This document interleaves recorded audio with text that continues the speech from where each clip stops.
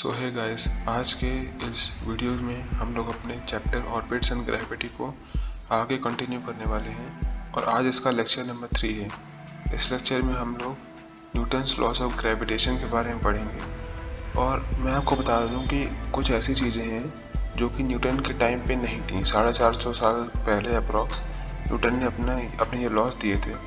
उस टाइम पे मुझे ईयर तो एग्जैक्टली याद नहीं है, लेकिन काफ़ी टाइम हो गया है। उस टाइम पे कुछ चीज़ें नहीं थी जो आज के टाइम पे डिस्कवर हो चुकी हैं। तो उन कॉन्सेप्ट को अभी हम लोग साइड में रखेंगे, उनको एडवांस प्लेलिस्ट में जब बनाऊंगा उसमें बताऊंगा, क्योंकि अगर अभी उनको बता दूंगा तो सब मिक्स एंड मैच हो जाएगा। बेसिक्स अभी पूरे हम लोग को आते नहीं हैं। जब तक बेसिक्स नहीं पढ़ पाएंगे तब तक उन एडवांस चीज़ों को पढ़ने से कोई फ़ायदा नहीं होने वाला। मज़ा आ जाएगा लेकिन कुछ समझ में नहीं आएगा। इसलिए मैं पहले क्या कर रहा हूँ कि ये कर रहा हूँ, बेसिक्स की प्लेलिस्ट बना रहा हूँ, जिसमें कि आज आज क्या अभी जितने लेक्चर आएंगे सब बेसिक्स होंगे। कुछ चीज़ें हैं जो इस लेक्चर में आपको दिखाई देंगी, उसको आप अभी इग्नोर करना, जो कि आगे आने वाली चीज़ों में, आगे आने वाले लेक्चर्स में अच्छे से मैं बताऊँगा। तो चलिए स्टार्ट करते हैं।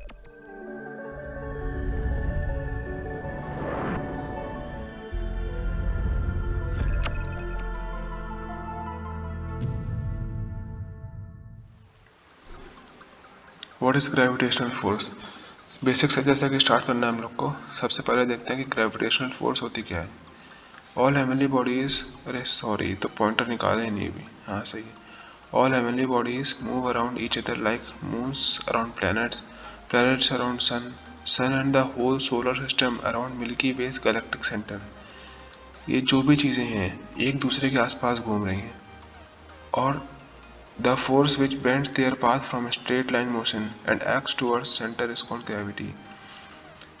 एक सिंपल सा मोशन होता है स्ट्रेट लाइन मोशन, लेकिन यहाँ पर एक फोर्स है जो उस स्ट्रेट लाइन मोशन को घुमा देती है। आपने देखा होगा जितनी भी चीज़ें घूमती हैं, जितनी चीज़ें मतलब हैं अपने यूनिवर्स में, कोई भी स्ट्रेट लाइन में नहीं घूमता, सब एलिप्स में है या कोई और किसी तरह का कर्व पाथ ही होता है, लेकिन स्ट्रेट लाइन पाथ नहीं होता है। तो ऐसा क्यों होता है, स्ट्रेट लाइन से क्यों चेंज हो जाता है? वो इसलिए होता है कि थोड़ा बैकग्राउंड नॉइज आप इग्नोर करिएगा। तो स्ट्रेट लाइन से क्यों चेंज होता है? क्योंकि एक फोर्स लगता है सेंटर की तरफ, जिसे ग्रेविटी कहते हैं। वो फोर्स स्ट्रेट लाइन पाथ को बेंड कर देता है, जैसे कि सन के आसपास अपने अर्थ और सारे प्लैनेट्स घूमते हैं क्योंकि सन की ग्रेविटेशनल फोर्स लग रही है। वैसे ही अपनी अर्थ के आसपास मून घूमता है, और भी कई सारे प्लैनेट्स हैं उनके मून है उसके आसपास घूमते हैं, क्योंकि उस प्लैनेट की इतनी पावरफुल अट्रैक्शन फोर्स है जो उस मून को अपने आसपास घुमाती है। उस फोर्स को हम लोग ग्रेविटी कहते हैं। These bodies uses gravitational force as their centripetal force. That's why they are not falling on each other.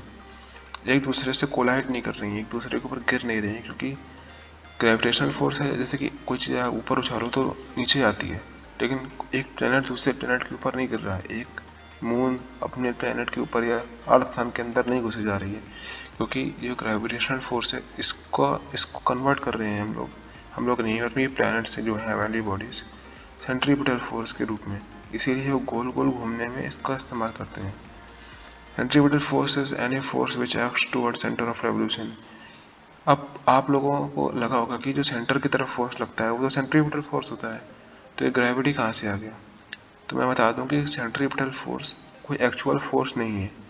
हर वो फोर्स जो सेंटर की तरफ लगता है, कोई भी अगर ऑब्जेक्ट गोल गोल घूम रहा है, गोल गोल इन द सेंस अपनी एक्सिस में नहीं, एक एक्सिस के आसपास, जैसे अर्थ अपनी एक्सिस पे रोटेट करती है उसकी बात नहीं कर रहा हूँ मैं, वो सन के आसपास घूमती है, वैसे ही अगर कोई ऑब्जेक्ट गोल गोल घूम रहा है किसी दूसरे ऑब्जेक्ट के आसपास, तो उसके ऊपर पक्की सी बात है एक सेंट्रीपिटल फोर्स लग रहा होगा। लेकिन सेंट्रीपिटल फोर्स कई तरीके का हो सकता है। इस केस में यहाँ पर ग्रेविटी है। जैसे कि आप पत्थर को धागे में बांध दीजिए और उसको गोल गोल घुमाइए, तो उस धागे में जो फोर्स लगता है वो टेंशन फोर्स होता है। वो टेंशन फोर्स भी एक सेंट्रीपिटल फोर्स बन जाता है उस टाइम पे। वैसे ग्रेविटी भी एक सेंट्रीपिटल फोर्स बन जाती है जब प्लैनेट्स की बात करते हैं। हम लोग क्या है कि कोई ऑब्जेक्ट ऊपर फेंकते हैं वो नीचे आती है, और वो ऑब्जेक्ट नीचे क्यों आता है? क्योंकि उसमें ग्रेविटी लगती है। तो उस टाइम ग्रेविटी सेंट्रीपिटल फोर्स का काम नहीं कर रही है, लेकिन जब ऑब्जेक्ट घूम रहा है तब सेंट्रीपिटल फोर्स का काम कर रही है ग्रेविटी। वैसे ही अगर आप कोई हैवी मास टांग दीजिए धागे से लटका के, तो उस धागे में टेंशन फोर्स लगती है, लेकिन अगर मास रुका हुआ है, नहीं मूव कर रहा है, इसका मतलब उसमें कोई भी सेंट्रीपिटल फोर्स नहीं कह सकते हम लोग। सेम केस यहाँ पर भी, ग्रेविटी तभी सेंट्रीपिटल फोर्स बनी है जब कोई प्लैनेट या कोई एक दूसरे के आसपास कोई अगर घूमता है, तब उसी केस में केवल। सेंट्रीपिटल फोर्स खुद पे कोई अलग से फोर्स नहीं है, बस एक जनरल टर्म दे दिया गया सेंटर की तरफ लगने वाली नेट फोर्स को। Sir Isaac Newton explain that there are general force, मैंने बोला था ना जनरल फोर्स अभी भी, which acts on every object and it is attractive in nature which is termed as gravitational force। ये इन्होंने जनरल फोर्स क्यों कहा? क्योंकि ग्रेविटेशनल फोर्स हर एक ऑब्जेक्ट में लगती है जो कि एक कंसिडरेबल साइज का हो। अभी इसके बारे में बताऊंगा कि मैं थोड़ा सा एक्सेप्शन है, जो बहुत ही स्मॉल चीज़ें होती हैं, बहुत ही लार्ज चीज़ें होती हैं, उसमें ये फोर्स इतने अच्छे से काम नहीं कर पाती है। जैसे कि आप ले लो न्यूक्लियॉन्स होते हैं, प्रोटॉन्स और न्यूट्रॉन्स, वहाँ पर डिस्टेंस बहुत कम होती है, मास भी बहुत कम होता है। उस केस में ये इतने अच्छे से इम्पैक्ट नहीं दिखा पाती है अपना, वहाँ पर न्यूक्लियर फोर्स आ जाती है, प्रोटॉन इलेक्ट्रॉन के बीच में इलेक्ट्रोस्टैटिक फोर्स आ जाती है, दोनों के दोनों फोर्सेस ग्रेविटेशनल फोर्स से कई गुना ज़्यादा स्ट्रांग होती हैं। और जब बहुत बड़ी ऑब्जेक्ट्स की बात करें, जैसे ब्लैक होल हो गया, उसके अंदर की ग्रेविटी बहुत स्ट्रांग होती है। उन सब चीज़ों में ये ग्रेविटेशनल फोर्स इतने अच्छे से काम नहीं आ पाती वहाँ पर। जैसे ब्लैक होल की बात करें तो रिलेटिविटी थ्योरीज तो दी है सर अल्बर्ट आइंस्टीन ने, उसके फॉर्मूले काम करते हैं वहाँ पर। उसकी बातें हम लोग, मैंने कहा था कि एडवांस वाली चीज़ों में करेंगे, अभी बेसिक पढ़ने अपन लोग। आगे बढ़ते हैं, फॉर्मुलेशन ऑफ ग्रेविटेशनल फोर्स, अभी हम लोग फॉर्मूला देखने वाले हैं। Until that time there was no such tools to formulate gravitational force। उस समय तक कोई भी ऐसे टूल्स नहीं थे जिससे हम लोग पता कर सकें, चेंज देख सकें, क्या चेंज क्या हो रहा है। किसी भी चीज़ का फॉर्मूला देने के लिए सबसे पहले हमें ये पता करना होता है कि उसका चेंज क्या हो रहा है, इम्पैक्ट क्या पड़ रहा है। उस चेंज को कैलकुलेट करने के लिए, मेज़र करने के लिए कोई टूल नहीं थे। टूल यानी कि जिसको आज हम लोग कैलकुलस कहते हैं। कैलकुलस सभी जानते हैं आजकल, डिफ्रेंशिएशन हो गया, इंटीग्रेशन हो गया, ये सब न्यूटन और लेबनीज ने अलग अलग दिया था, क्योंकि उस टाइम पे कोई इन्वेस्टिगेशन टीम थी नहीं। तो इन दोनों ने अलग अलग, इंडिपेंडेंट थे दोनों, अलग अलग कंट्रीज के भी थे। इन्होंने एक साथ कैलकुलस दी थी और दोनों ने फिर कह लिया था कि हाँ, इन दोनों ने एक साथ कैलकुलस दी है। ऐसा कोई लड़ाई झगड़ा नहीं हुआ था कि इन्होंने दी, इन्होंने नहीं दी। ऐसा कोई कॉपी वॉपी का कोई चीज़ नहीं थी, कॉपीराइट टाइप की।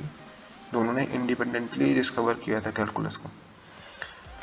कैलकुलस डिस्कवर किया था न्यूटन ने क्योंकि उन्हें ग्रेविटेशनल लॉस को देना था। वो तभी दे पाते जब चेंज मेजर करते कि चेंज क्या हो रहा है, क्या इम्पैक्ट पड़ रहा है। He mentioned that increasing distance from the parent heavenly body will decrease the effect of gravitational force. इसका मतलब क्या है? अब यहाँ से कुछ कुछ झलक मिल रही है आपको कि फॉर्मूला आने वाला है। ये रिलेशन है डिस्टेंस से। इसमें क्या है कि डिस्टेंस जब बढ़ेगी दो ऑब्जेक्ट्स के बीच में, तो ग्रेविटेशनल फोर्स का जो इफेक्ट है वो कम हो जाएगा। सिर्फ इतना सा लिखा है यहाँ पर। अब पेरेंट हेमिली बॉडी यानी कि सन और अर्थ है ले लीजिए, तो पेरेंट हेमिली बॉडी सन को कह रहे हैं यहाँ पर, क्योंकि सन के आसपास सारे प्लैनेट घूम रहे हैं। अर्थ और मून का सिस्टम लीजिए, तो अर्थ एक पेरेंट हेमिली बॉडी है क्योंकि अर्थ के आसपास मून घूम रहा है। Gravitational force is directly proportional to the product of masses. यहाँ पर देखिए, इसका मास है m1, इसका मास है m2, दोनों के प्रोडक्ट के डायरेक्टली प्रोपोर्शनल है, ठीक है। यानी कि अगर मास बढ़ेगा तो फोर्स बढ़ेगा। Inversely proportional to square of distance. Distance जो है d, इसमें काफ़ी सारी बातें छुपी हुई हैं। पहली बात तो ये कि सेंटर से इस सेंटर तक के बीच की डिस्टेंस है। ये नहीं कि कोई एज ले लीजिए आप, कोई एज क्या कोई भी कोना नहीं पकड़ना है, केवल सेंटर से सेंटर के बीच की डिस्टेंस ही ले सकते हैं। उस डिस्टेंस के स्क्वायर की इन्वर्सली प्रोपोर्शनल होती है। अगर डिस्टेंस बढ़ेगी तो फोर्स घट जाएगी। और एक कांस्टेंट होता है, ऐसे कि सब जानते हैं कि प्रोपोर्शनल यहाँ पर है, ये भी प्रोपोर्शनल, ये भी प्रोपोर्शनल है। तो प्रोपोर्शनलिटी कांस्टेंट लगाएंगे क्योंकि प्रोपोर्शनलिटी को हटा के इक्वालिटी का साइन लगाना है। जी की वैल्यू एक यूनिवर्सल ग्रेविटेशनल कांस्टेंट होता है, इसकी वैल्यू बहुत छोटी है। ये बहुत सही चीज़ है, सही चीज़ इन द सेंस कि ये बहुत ही काम की चीज़ है।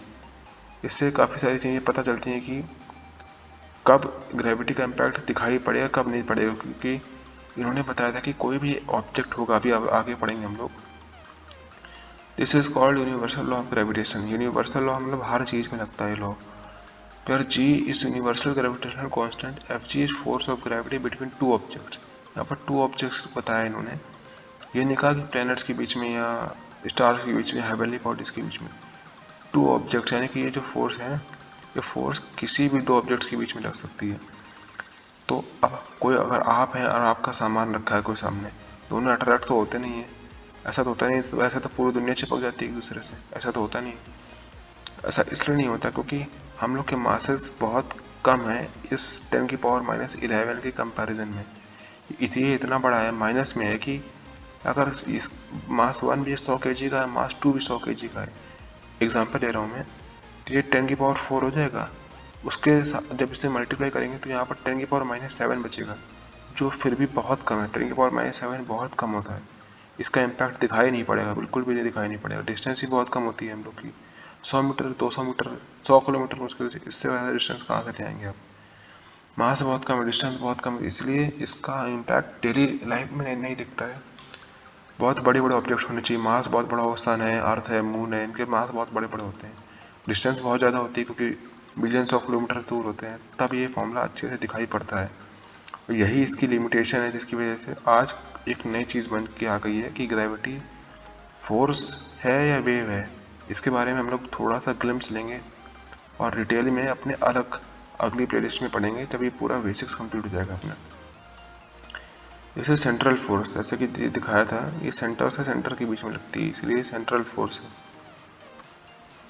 His theory verified the shape of orbits as described by Kepler. Kepler ने जो ऑर्बिट्स का शेप बताया था उसको वेरीफाई कर दिया इन्होंने अपने इस यूनिवर्सल लॉ से। केपलर ने, आपको याद हो, थोड़ा सा बता दे रहा हूँ मैं, कि इन्होंने मार्स जो आए थे, उन्होंने मार्स को ऑब्जर्व किया था। मार्स की जो ऑर्बिट है वो ज़्यादा इलेप्टिकल है एज कम्पेयर टू अर्थ, तो मार्स को इन्होंने ऑब्जर्व किया था। और केपलर तो केवल मैथमेटिशियन थे, उन्होंने उनकी ऑब्जर्वेशंस के बेस पे कैलकुलेशंस कर दी और उन कैलकुलेशंस को सही प्रूफ कर दिया, क्योंकि इन्होंने एक फोर्स दे दिया। क्योंकि इन्होंने बताया था एक मोशन हो रहा है, लेकिन मोशन क्यों हो रहा है, एक फोर्स होना चाहिए जिसकी वजह से मोशन होता है, उस फोर्स के बारे में इन्होंने बताया सर आइजैक न्यूटन ने, और वो था यूनिवर्सल लॉ ऑफ ग्रेविटेशन। अब लोग पढ़ते हैं एक्सेलरेशन ड्यू टू ग्रेविटी, ये स्मॉल जी क्या होता है। The acceleration due to earth's gravitational force is called acceleration due to gravity. यहाँ पर एक फोटो में देखिए आप, यहाँ F=ma है, और फोर्स हम लोग को पता है G m1m2/r² होता है। m1 को कैपिटल M लिया गया है, m2 को स्मॉल m लिया गया है, और डिस्टेंस है r²। अभी हम लोग पीछे देखे थे, वही फॉर्मूला है। ये फोर्स को यहाँ से इक्वेट कर दिया है, क्या स्मॉल m कट जाएगा। अब ये जो बचा, ये एक्सेलरेशन बचा, केवल एक्सेलरेशन ये बचा, इसी को हम लोग एक्सेलरेशन ड्यू टू ग्रेविटी कहते हैं। एक ही जगह पर जी कर दिया है, बाकी कुछ नहीं है, बस ये नाम जो है सिंबल चेंज कर दिया है, एक्सेलरेशन ही है। लेकिन किसकी वजह से है, ग्रेविटी की वजह से एक्सेलरेशन है, क्योंकि यहाँ ग्रेविटेशनल फोर्स है, इसलिए इसका नाम है एक्सेलरेशन ड्यू टू ग्रेविटी। अब 9.8 मीटर पर सेकंड स्क्वायर सब जानते हैं। अर्थ के आसपास या अर्थ के एटमॉस्फेयर के अंदर अप्रॉक्स यही फोर्स लगता है, कांस्टेंट होता है, क्योंकि वैसे तो डिस्टेंस पे डिपेंड करता है, लेकिन जैसे मैंने बताया हम लोग की डिस्टेंस दूरी बहुत कम होती है, 100 किलोमीटर हो सकती है मुश्किल से। हवा में जाएँ आप, कहीं भी जाएँ, ज़मीन के अंदर जाएंगे तो भी ये कम हो जाए, क्योंकि ये जो डिस्टेंस है बहुत ही कम होती है हम लोग के बीच की। प्लैनेट्स की दूरी तो बहुत ज़्यादा होती है, प्लैनेट्स और मून की दूरी बहुत ज़्यादा होती है, इसलिए जो ग्रेविटी है वो मून तक पहुँचते पहुँचते कम हो जाती है अर्थ की ग्रेविटी। इसलिए मून तक पहुँचते पहुँचते अर्थ की ग्रेविटी जो होती है वो कम हो जाती है। और हम लोग जो अर्थ के इतने पास रहते हैं, हम लोग सरफेस में खड़े हैं, इसलिए 9.8 मीटर पर सेकंड स्क्वायर की अप्रॉक्स ग्रेविटी लगती है। Mass is constant everywhere but weight of the gravitational force, but weight is the gravitational force. बहुत इंपॉर्टेंट लाइन है, वेट जो होता है हम लोग मेजर करते हैं वो ग्रेविटेशनल फोर्स है और कुछ नहीं है weight, which means it depends upon distance and mass of second object. क्योंकि ये दो ऑब्जेक्ट्स हैं, मान लीजिए एक ये m मास है, ये मान लीजिए अर्थ है, अर्थ के ऊपर रखा है, ठीक है। मान लीजिए यहीं पर मार्स है, मार्स बहुत छोटा है अपने अर्थ से, मार्स के ऊपर रख देंगे तो मार्स का मास कम हो जाएगा, क्योंकि मार्स का मास कम है ही है, मार्स का मास कम है, ये मास कम हो जाएगा तो ओवरऑल ये फोर्स कम हो जाएगी। फोर्स ही वेट होता है, तो अलग अलग प्लैनेट्स में अलग अलग जगह है, ये वेट जो है ये वेरी करेगा, लेकिन मास हमेशा कांस्टेंट रहेगा इस चीज़ का, इस सेकंड ऑब्जेक्ट का। यहाँ पर एक एग्जांपल लिखा है जो मैंने अभी मून से कंपेयर किया था कि ग्रेविटी कितनी कम हो जाती है मून तक पहुँचते पहुँचते। मून जो है 60 अर्थ रेडाई अवे है सेंटर ऑफ अर्थ से, मतलब अर्थ के सेंटर से 60 radii 60 times the radius of earth, इतनी डिस्टेंस दूर है मून, इसलिए एक बहुत बड़ी डिस्टेंस होती है, इसलिए जो फोर्स होती है या एक्सेलरेशन ड्यू टू ग्रेविटी होती है वो 3600 टाइम्स कम हो जाती है। कि अर्थ में जितनी ग्रेविटी लग रही है जो ऑब्जेक्ट को जो सरफेस में खड़ा है उससे 3600 टाइम्स कम हो जाती है ग्रेविटी मून तक पहुँचते पहुँचते। तो the moon's acceleration due to gravity, moon के ऊपर बस इतनी ग्रेविटी लग रही है। सोच देखिए, हम लोग के ऊपर 9.8 मीटर पर सेकंड स्क्वायर लग रही है, हम मून के ऊपर जो अर्थ की ग्रेविटी लग रही है वो ये है 0.00272 मीटर पर सेकंड स्क्वायर, इतनी कम हो चुकी है क्योंकि डिस्टेंस बहुत ज़्यादा बढ़ गई, डिस्टेंस बढ़ जाएगी ग्रेविटी कम हो जाएगी। यहाँ पर मैंने थोड़ा सा वही दिखाया है अभी आपको जो यहाँ पर बताया था कि मास चेंज नहीं होता है, वेट चेंज हो जाता है, वो यहाँ पर दिखाया है अच्छे से। ये बंदा एक मून में है, बंदा नहीं है, एस्ट्रोनॉट है, और एक अर्थ में है। अर्थ का मास m1 है, इसका मास एक केस में, और दूसरे केस में मून का मास m1 है, और इस ऑब्जेक्ट का मास या इस एस्ट्रोनॉट का मास m2 सेम है। मास 100 kg यहाँ पर है, मास 100 kg यहाँ भी है, मास चेंज नहीं होता क्योंकि मास प्रॉपर्टी है इस मैटर की। जब तक मैटर के कॉन्स्टिट्यूएंट पार्टिकल चेंज नहीं होंगे तब तक मास चेंज नहीं होगा। मास को ग्रेविटी से फर्क नहीं पड़ता। लेकिन वेट जो है यहाँ पर देखिए, वेट ज़्यादा है क्योंकि वेट ही फोर्स होता है।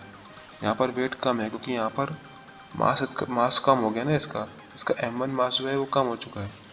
मास कम हो चुका है यानी कि फोर्स कम हो जाएगा, फोर्स से कम लगाएगा, इसका मतलब कि वेट कम हो चुका है। यहाँ पर वेट ज़्यादा है क्योंकि मास ज़्यादा है। देखा तो समझ गए होंगे आप। अब थोड़ा कंपैरिजन करते हैं। यहाँ पर जितनी भी चीज़ें मैंने ली है, साइज है, अर्थ, ये अर्थ अपनी ग्रीन से, मून है इस यह वाइट है, ग्रेस वाइट कलर से, जुपिटर है येलो, ऑरेंज येलो कलर से। अब कंपैरिजन जो मैंने किया है यहाँ पर बस ये दिखाने के लिए किया है कि आपको विजुअलाइज होता है कि कितना ज़्यादा अंतर है। यहाँ पर अर्थ की जो भी चीज़ ली है मैंने वो 100 ले ली है। इससे कंपेयर करने के लिए बस लिया है, ये इसको एक्चुअल वैल्यू मत समझिएगा आप। अब हम डायमीटर देखते हैं। ये मून का डायमीटर, अगर अर्थ का डायमीटर 100 है तो मून का डायमीटर केवल 27 है, और जुपिटर का डायमीटर 1120 है, इतना है। मैंने बस रिलेटिव लिया है, यूनिट कोई भी हो सकती है यहाँ पर। अगला कंपैरिजन देखते हैं ग्रेविटी। ये भी अर्थ के रिलेटिव में है। अगर अर्थ की ग्रेविटी 100 है तो मून के सरफेस में जो ग्रेविटी लगती है वो 16.6 है केवल, इतनी कम हो जाती है, आप खुद देख सकते हैं। और यहाँ पर 250 है। जितना ये बढ़ा है, ये 11.2 टाइम्स बढ़ चुका है यहाँ से अर्थ से जुपिटर में साइज, लेकिन ये यहाँ पर बहुत कम बढ़ा है, केवल 2.5 टाइम्स के अप्रॉक्स बढ़ा है यहाँ पर ग्रेविटी। अब मास देखिएगा आप, तब मज़ा आएगा। ये मास रिलेटिव टू अर्थ, भाई साहब ये तो दिख ही नहीं रहे, मून और अर्थ की चीज़ें तो दिख ही नहीं रही, इतनी कम है। ये 100 है, ये 1.2 है, कितना ज़्यादा कम है। और अर्थ से भी कुछ ज़्यादा नहीं है, 100 है तो ये 31,780, इतना ज़्यादा है इसका मास कंपेयर टू अर्थ। ठीक है, ये सब अर्थ के कंपैरिजन में अर्थ का जो भी है ये मैंने 100 ले लिया है। उसके बाद से बस समझ में आ जाए कि एक एक इमेजिनेशन बन जाए, इसके लिए मैंने यहाँ पर कंपैरिजन कराने के लिए इसको 100 ले लिया था। अब आगे बढ़ते हैं। ग्रेविटी या फोर्स और वेव, जैसा मैंने अभी स्टार्टिंग में आपको हिंट दी थी कि ग्रेविटी फोर्स है या वेव। अब फोर्स जो है वो न्यूटन ने दी थी सैकड़ों साल पहले, और जैसा मैंने बताया कि ये जो फोर्स है ये इसका फॉर्मूला क्या होता है, जरा देख लेते हैं फिर से। ये है इसका फॉर्मूला, ये आगे फॉर्मूला, और थोड़ा पीछे कर लेते हैं। ये मासेस पे डिपेंड करता है। तो मास अगर बहुत छोटे होंगे, जैसे कि न्यूक्लियॉन्स हो गए अपने, यानी कि न्यूक्लियॉन्स क्या होता है, प्रोटॉन और न्यूट्रॉन, इनके मासेस बहुत छोटे होते हैं, बिल्कुल छोटे छोटे पार्टिकल होते हैं, डिस्टेंस भी दोनों के बीच की बहुत कम होती है, तो ये इतना इम्पैक्टफुल फोर्स नहीं होता। और मास बहुत ज़्यादा हो जाएंगे, डिस्टेंस बहुत ज़्यादा हो जाएगी, तो भी बिल्कुल बहुत ज़्यादा फोर्स हो जाएगी। इतनी ज़्यादा फोर्स हम लोग मेजर नहीं कर पाएंगे, जैसे कि ब्लैक होल के अंदर की बात हो गई। चलते हैं वापस, ये हम लोग पढ़ चुके थे, ये आ गए। Gravity is something like light which has wave and particle nature both simultaneously but observed in different phenomena like wave nature in diffraction and interference but particle nature in photoelectric effect। अब ये सब क्या है, इसको ज़्यादा ध्यान से पढ़ने की ज़रूरत नहीं, बस मैंने एक एनालॉगी मिल जाए, एक कंपैरिजन बिठा पाऊँ, इसलिए आपको ये लिख दिया था मैंने। लाइट के दो नेचर होते हैं, वेव और पार्टिकल नेचर। लेकिन ऐसा नहीं होता कि लाइट कभी भी या किसी एक सिचुएशन में दोनों नेचर दिखाते हैं। लाइट अपने किसी कुछ सिचुएशन या कुछ फिनोमेना में वेव नेचर दिखाती है, जैसे कि डायफ्रैक्शन इंटरफेरेंस हो गया। इनको समझने की कोई ज़रूरत नहीं है अभी, बस नाम याद रख लीजिए। और particle nature photo electric effect, ये फोटो इलेक्ट्रिक इफेक्ट ही वो चीज़ है जिसके लिए सर अल्बर्ट आइंस्टीन को नोबेल प्राइज़ दिया गया है, तो काफ़ी इंपॉर्टेंट चीज़ है।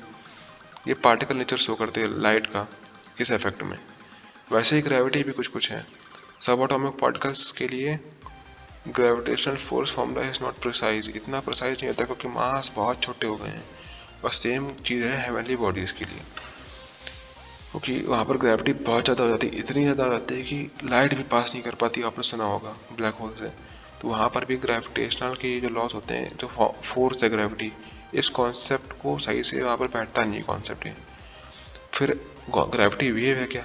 अब वेव नेचर जो है ग्रेविटी का, वो थ्योरी ऑफ रिलेटिविटी में समझाया गया है सर अल्बर्ट आइंस्टीन ने। वो बहुत बात की बात है, जब लोग पढ़ेंगे आगे तब देखा जाएगा, अभी इसकी कोई नीड नहीं है, अभी हम लोग बेसिक्स पढ़ रहे हैं केवल। यहाँ पर मैंने लिख रखा है, we will discuss this in detail in our advance concept for astronomy section after this basic for astronomy. Basic चल रहा है, एडवांस जब पढ़ाएंगे तब देखा जाएगा। ये मैंने एक एनिमेशन डाल रखा है, ये दो ऑब्जेक्ट्स घूम रहे हैं। उस समय न्यूटन के टाइम पे ये था कि ग्रेविटेशनल फोर्स लग रही है, लेकिन दो ऑब्जेक्ट्स बहुत बड़े भी हो सकते हैं या छोटे भी हो सकते हैं। ये जो वेव नेचर है ना, ऐसा नहीं है कि केवल छोटे हो, सब एटॉमिक हो या बिल्कुल ब्लैक होल के साइज की हो तभी दिखाई देगा। वेव नेचर हर जगह रहता है, ग्रेविटी का वेव नेचर हर जगह रहता है, लेकिन जो फोर्स है ग्रेविटी, ये फेल कर जाती है जब सब एटॉमिक पार्टिकल्स या ब्लैक होल जैसे मैसिव पार्टिकल्स की बात आती है। ये हर जगह वैलिड नहीं हो पाती, लेकिन ये वेव नेचर हर जगह वैलिड हो जाता है। तो यहाँ पर कोई भी ऑब्जेक्ट हो सकते हैं, ये वेव है, ये वेव ग्रेविटेशनल वेव आप समझ लीजिए, ये फ्लो हो रही है यहाँ से, इसके इम्पैक्ट में जो भी आएगा वो घूमने लगेगा। इतना समझ लीजिए, इसके बारे में जो भी चीज़ें होंगी आगे के लेक्चर्स में मैं बताऊंगा, ठीक है। अब आगे चलते हैं, वेटलेसनेस इन स्पेस। अब वेटलेसनेस की बात करते हैं। दो तरह के वेटलेसनेस हैं, एक है weightlessness is just a free fall, ठीक है। फ्री फॉल तो दोनों तरह के वेटलेसनेस होते हैं। फ्री फॉल यानी कि motion of any object in the influence of only gravitational force, जब केवल और केवल ग्रेविटेशनल फोर्स लग रही हो किसी भी मोशन में। जैसे कि आपने देखा होगा फ्री फॉल हम लोग पढ़ते हैं, चैप्टर पढ़ते हैं क्लास 11 में पढ़ते हैं हम लोग, फ्री फॉल 2D मोशन में पढ़ते हैं। देखा होगा आप लोगों ने, प्रोजेक्टाइल मोशन होता है पूरा, वो सब यही चीज़ तो होती है। प्रोजेक्टाइल मोशन में हम लोग एयर रेजिस्टेंस नेगलेक्ट करके पढ़ते हैं, क्लास 11 की बात कर रहा हूँ। तो वहाँ पर क्या होता है कि केवल और केवल ग्रेविटेशनल फोर्स ही एक्ट कर रही होती है और कोई फोर्स नहीं एक्ट कर रही होती। वो एक वेटलेस ऑब्जेक्ट बन जाता है। अगर उस ऑब्जेक्ट को कोई बॉल उछाली आती है, उसके कोई इंसान उछाल दिया जाए तो उसको वेटलेसनेस फील होगी पूरे टाइम, जब तक उसका मोशन चलेगा। तो यह है वेटलेसनेस, जिसमें केवल ग्रेविटेशनल फोर्स लग रही हो और कोई फोर्स ना लग रही हो, वहाँ पर वेटलेसनेस फील होती है। यानी any body is in space then it will feel only gravitational force and starts orbiting around the parent heavenly body. For example, Earth and astronauts feel only gravitational force acting on them. यानी कि जब कोई spaceship में जाके जाता है astronaut, तो आपने देखा होगा, वीडियोस भी देखे होंगे यूट्यूब में, जिसमें वो उड़ने लगते हैं, पानी के बबल्स भी, बबल ही बने रहते हैं बोतल के बाहर आने के बाद, वो फैलते नहीं है, सरफेस टेंशन होता है उसमें, बात अलग है, लेकिन पानी फैलता नहीं है क्योंकि ग्रेविटी ही एक फोर्स लग रही है वहाँ पर। मान लीजिए अर्थ के आसपास ऑर्बिट करने लगता है कि नहीं करने लगता? ऑर्बिट क्यों करता है? क्योंकि केवल और केवल ग्रेविटी लग रही है उसमें और कोई फोर्स नहीं लग रही। ये हम लोग जो भी मैंने बताया, ये एक बाहर वाले पर्सन के पर्सपेक्टिव में है। अगर आप स्पेसशिप के अंदर चले जाएंगे, उसके रेस्पेक्ट में देखेंगे, तो आपको एक स्यूडो फोर्स लगानी पड़ेगी अपोजिट डायरेक्शन में उस ऑब्जेक्ट के ऊपर, जिससे क्या होगा कि नेट फोर्स, एक तो ग्रेविटेशनल फोर्स लग रही होगी, वो फोर्स और एक स्यूडो फोर्स लग रही होगी, दोनों कैंसिल कर देंगे एक दूसरे को, वहाँ पर नेट फोर्स जीरो हो जाएगी, यानी कि वेटलेसनेस। ये दो तरीके हैं, दोनों से आप समझ सकते हो। पहला तरीका मैं फिर से बता रहा हूँ, जब ऑब्जेक्ट को, जो व्यूवर जो है, ऑब्जर्वर जो है, बाहर खड़ा है, बिल्कुल स्पेसशिप के बाहर खड़ा है, उसको लग रहा होगा कि जो एस्ट्रोनॉट है उसके ऊपर केवल ग्रेविटी लग रही है, इसलिए वेटलेसनेस है, यहाँ पर मैंने लिख रखा है। क्योंकि ये सारी चीज़ें जो होती हैं वो फ्रेम ऑफ रेफरेंस पे डिपेंड करती हैं। पूरा रिलेटिविटी थ्योरी इन सब चीज़ों पे बेस्ड है कि फ्रेम ऑफ रेफरेंस पे डिपेंड करती हैं।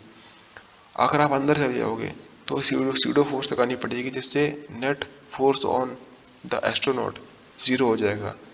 वहाँ से वेटलेसनेस, वहाँ से भी आप समझ सकते हो। अब वेटलेसनेस इन एलिवेटर समझते हैं। सेम है, weightlessness is just a free fall.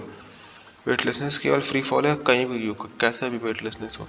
When the string tied to the elevator breaks and the elevator starts falling down। यहाँ पर क्या लिखा है मैंने कि ये जो एलिवेटर यानी कि लिफ्ट यानी कि ऑब्जेक्ट जो है, जबकि ये एलिवेटर जो है एरो नीचे को है, नीचे को जा रहा है, यानी कि ये नीचे को जा रहा है।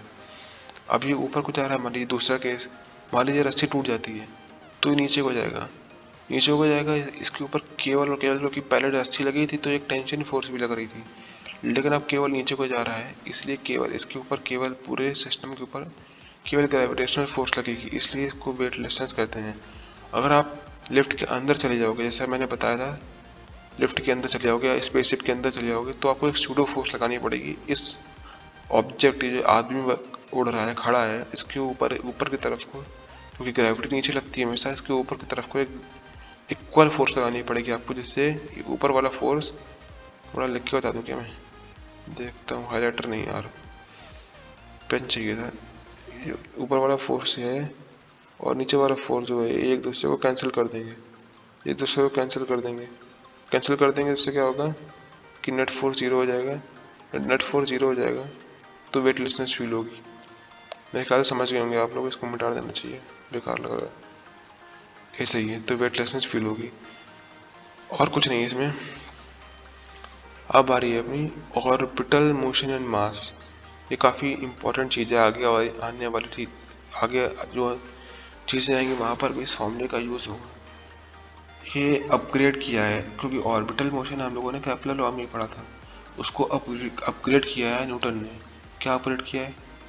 Update to Kepler third law. Kepler का थर्ड लॉ था कि सेम, ये फॉर्मूला लिखा है मैंने यहाँ पर, ये पी स्क्वायर यानी कि ऑर्बिटल टाइम पीरियड का स्क्वायर, ये ऑर्बिटल टाइम पीरियड का square is equal to semi major axis यानी कि ए का cube. P p square is equal to a cube है।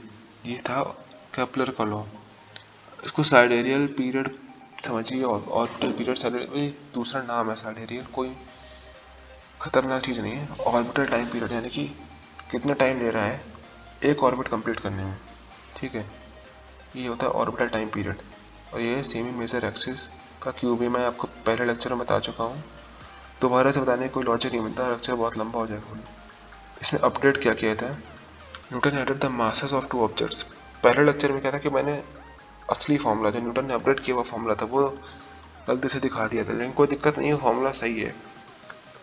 तो केपलर ने केवल इतना दिया था, लेकिन न्यूटन ने जो दिया था वो मैं अभी दिखाने वाला हूँ, लेक्चर 1 में भी दिखा चुका हूँ। ये P square equal 4 pi upon G into M plus M into A cube, ये मैंने आपको लेक्चर 1 में भी दिखाया था। ये पूरा कांस्टेंट होता है। न्यूटन ने क्या किया, मास ऐड कर दिए, एम प्लस एम, यानी कि मान लीजिए ये पेरेंट हेवनली बॉडी का मास है और ये दूसरा ऑब्जेक्ट जो उसके आसपास घूम रहा है उसका मास है, और कुछ नहीं है। ये कांस्टेंट है जी, तो मैं बता दिया अभी भी, universal gravitational constant 4 pi square constant होता है। ये प्रोपोर्शनलिटी बिल्कुल सेम है, p square equal to a cube या बी स्क्वायर ए क्यूब, बस ये कांस्टेंट इन्होंने और ऐड कर दिया था जो इन्होंने ऐड नहीं किया था केपलर ने। मेरे ख्याल से इतना ही है इस लेक्चर में। हाँ, आज के लेक्चर के लिए इतना ही है। अगले लेक्चर में हम लोग देखेंगे आगे क्या पढ़ना है, बहुत इंटरेस्टिंग चीज़ें आने वाली हैं। और ठीक है फिर, थैंक यू।